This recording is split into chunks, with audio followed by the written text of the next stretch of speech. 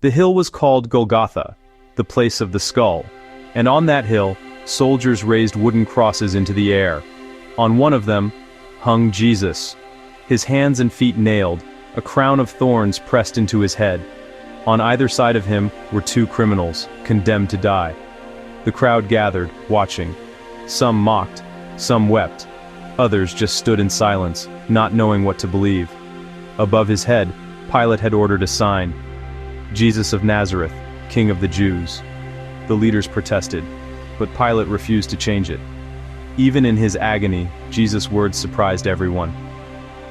Looking at the soldiers who drove the nails, he whispered, "Father, forgive them, for they do not know what they are doing." At the foot of the cross, his mother Mary stood with John, the disciple he loved. Through the pain, Jesus looked at them and said, "Woman, here is your son," and to John, "Here is your mother." Even in his final hours, he gave care and love. The hours dragged on, the sky grew dark, though it was the middle of the day. The earth itself seemed to groan. One of the criminals beside him sneered, demanding Jesus prove himself.